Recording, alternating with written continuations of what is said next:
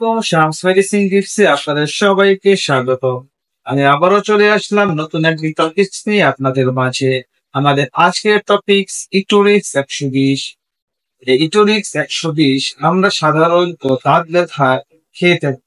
যখন আমাদের দাঁতের ব্যথা তীব্র হয় তখন আমরা এই মেডিসিনটি সেবন করি, যার ফলে আমাদের দাঁত ব্যথা দ্রুত ভালো হয়ে যায়। সুতরাং এই ইটোরিক্স 120 ট্যাবলেটটি আমরা কিভাবে খাবো, এর সেবন বিধি কি, এর দাম কত ইত্যাদি বিষয়ে বিস্তারিত আলোচনা করা হবে। সুতরাং ভিডিওটি সম্পূর্ণ দেখো। যারা আমার চ্যানেলটি সাবস্ক্রাইব করেছে তাদেরকে চ্যানেল অসংখ্য ধন্যবাদ। আর এখনো সাবস্ক্রাইব করেননি তারা আমার চ্যানেলটি সাবস্ক্রাইব করে পাশে থাকা বেল আইকনটি বাজিয়ে দিন এবং ডেসক্রিপশন বক্সে আমাদের ফেসবুক লিংক আছে, আমাদের ফেসবুক পেজটি ফলো করুন। চলুন আমরা চলে যাই আমাদের মেন টপিকসে। ইটোরিক্স 120, যার জেনেরিক হচ্ছে ইটোরক্সিড, the super fast painkiller. এই ইটোরিক্সটি বাজারে নিয়ে এসেছে এসকেএফ ফার্মা এবং ইটোরিক্স 120 পার পিস হচ্ছে 15 টাকা।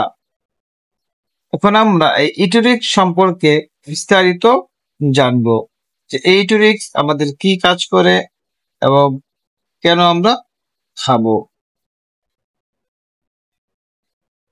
ইটোরিক্স 120 হলো একটি ঔষধ যা সাধারণত ব্যথা এবং প্রদাহ সম্পর্কিত বিভিন্ন অবস্থার চিকিৎসার জন্য নির্ধারিত হয়।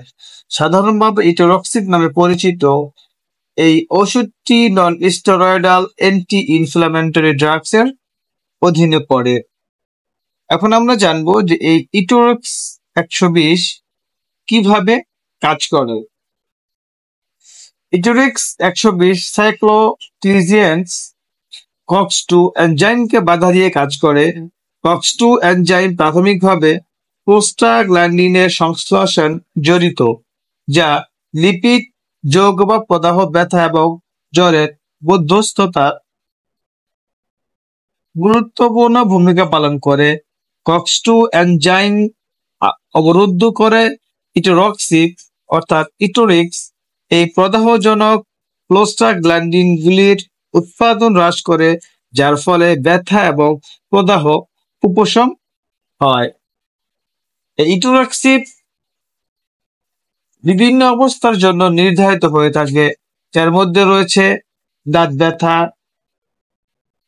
অস্টিওআর্থ্রাইটিস, একটি ডিজেনারেটিভ জয়েন্ট রোগ যা ব্যথা এবং শক্ত হয়ে যায়, বিশেষ করে নিতম্ব, হাঁটু এবং হাত। রুমাটয়েড আর্থ্রাইটিস, জয়েন্টগুলির দীর্ঘস্থায়ী প্রদাহ দ্বারা চিহ্নিত একটি অটোমিউন ব্যাধি। অ্যানকিলোজি স্পন্ডিলাইটিস, এক ধরনের বাত যা প্রাথমিকভাবে মেরুদণ্ড রোগকে প্রভাবিত করে, যার ফলে তীব্র ব্যথা এবং প্রদাহ অনুভূত হয়। দীর্ঘস্থায়ী ব্যথা শর্ত বিভিন্ন অবস্থা যা দীর্ঘস্থায়ী ব্যথা এবং প্রদাহ সৃষ্টি করে। ডোজ অর্থাৎ সেবন বিধি। ইটোরক্সিড 120 সাধারণত প্রতিদিন একবার খেতে হয়, সেটা খাবারের সাথে বা খাবার ছাড়াও নেওয়া যায়। সুতরাং আমরা এখন জানবো যে আমাদের বিভিন্ন প্রদাহ সম্পর্কিত ব্যথার কারণে আমরা কোন পাওয়ার গুলা আমরা খেতে পারবো। যেমন অস্টিওআর্থ্রাইটিসের জন্য প্রতিদিন একবার 60 মিলিগ্রাম আমরা খেতে পারবো। রিউমাটয়েড আর্থ্রাইটিস এর অ্যান্ড অ্যানকিলোজি স্পন্ডিলাইটিসের জন্য প্রতিদিন 90 মিলিগ্রাম একবার খেতে পারবো। আবার যদি তীব্র গাইটি বা আর্থাইটিসের ক্ষেত্রে প্রতিদিন একবার 100 মিলিগ্রাম 120 মিলিগ্রাম ডোজ নির্ধারণ করা হয়, তবে এই ডোজটি সর্বোচ্চ 4 দিনের বেশি ব্যবহার করা উচিত নয়। এবং প্রতিটি মেডিসিনের কিছু পার্শ্ব প্রতিক্রিয়া রয়েছে এবং ইটোরিক্স 120 এর ব্যতিক্রমী নয়। সেক্ষেত্রে যদি মাথা ঘোরা, অর্থাৎ আমাদের যে পার্শ্ব প্রতিক্রিয়া হতে পারে মাথা ব্যথা, মাথা ঘোরা, বমি বমি ভাব, ডায়রিয়া, পেট ব্যথা ইত্যাদি। তবে আপনি ইটোরিক্স 120 চিকিৎসা শুরু করার আগে অবশ্যই একজন রেজিস্টার্ড ডাক্তার অথবা স্বাস্থ্য সেবা কর্মীর সাথে কথা বলে আপনাকে এই ওষুধটি সেবন করতে হবে। গর্ভাবস্থা এবং বুকে দুধ খাওয়ানো।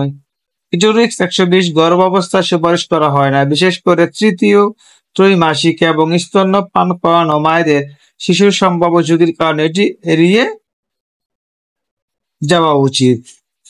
তাছাড়াও আমরা মাংসপেশি হঠাৎ আমার শরীরের মধ্যে যদি জ্বালা পড়া হয়, দাঁতের ব্যথা তীব্র হয়, সেই ক্ষেত্রে আমরা ইটোরক্স অর্থাৎ ইটোরিক্স 120 বা ইটোরক্সিপ এই গ্রুপের ওষুধগুলো আমরা খেতে পারবো। বাজারে ইটোরক্সিপ গ্রুপের বিভিন্ন ব্র্যান্ডের মেডিসিন রয়েছে, আপনারা যে কোনো একটি আপনারা খেতে পারেন। ইটোরিক্স সম্পর্কে যদি আপনাদের কোনো কিছু জানার থাকে তাহলে অবশ্যই আমাদেরকে কমেন্টস করে জানিয়ে দিন। আমরা আপনার কমেন্টস গুলোর উত্তর যথাযথভাবে দেওয়ার চেষ্টা করব। আজ এ পর্যন্তই, আবার দেখা হবে নতুন কোনো টপিকসে। সেই পর্যন্ত ভালো থাকুন। খোদা হাফেজ।